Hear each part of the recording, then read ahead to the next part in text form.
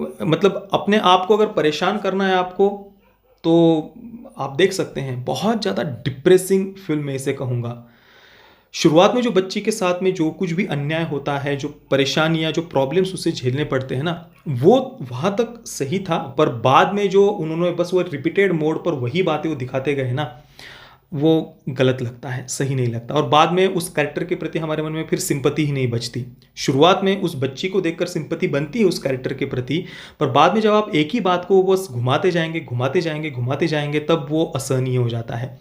क्योंकि कई सारे ऐसी चांसेस थे, कई सारे ऐसे अवसर थे, जहाँ पर आराम से मैरिलिन मोनरो अपने आप को ऊपर उठा सकती थी, अपने आप इन सब बातों को पीछे छोड़कर जीवन में आगे बढ़ सकती थी, पर वो बार-बार, बार-बार अपने पतियों को डैडी, डैडी, अपने पतियों को डैडी, डैडी कहकर पुकारना, वो चार्ली चैपलिन के बेटा और दूसरे एक और लड़का उनके साथ में वो थ्रीसम कर रही है, ड्रिंक कर रही है, ड्रग्स ले रही है, पतियों को डैडी डैडी कहना, फिर रोते बैठना, रोते बैठना, रोते बैठना।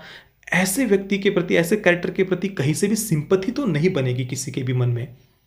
उल्टा डायरेक्टर ने ज़्यादा सिंपैथी बननी चाहिए, ज़्यादा सिंपैथी बननी चाहिए दर्शकों के मन में, ऐसा करने के चक्कर में उस कैरेक्टर के प्रति जो थोड़ी बहुत भी सिंपैथी बनती है शुरुआत में, उसको भी खत्म कर दिया है। बाकी हाँ, film making point of view से टेक्निकली फिल्म बहुत बढ़िया है, परफॉर्मेंसेस नहीं, परफॉर्मेंस, जो लीड एक्ट्रेस है उसका परफॉर्मेंस अच्छा है, बाकी तो जो सपोर्टिंग कैरेक्टर्स थे उनको कहीं पर भी डेवलप होने का समय ही नहीं दिया गया। कुल मिलाकर हर प्रकार से डिसअपॉइंटिंग फिल्म थी।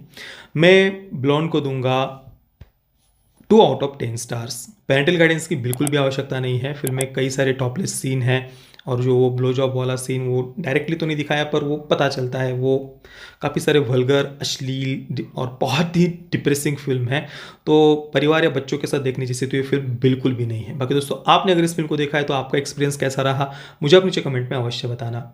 ये वीडियो देखने के लिए आप सभी मित्रों का बहुत बहुत धन्यवाद। जय श्री राम, वंदे मातरम।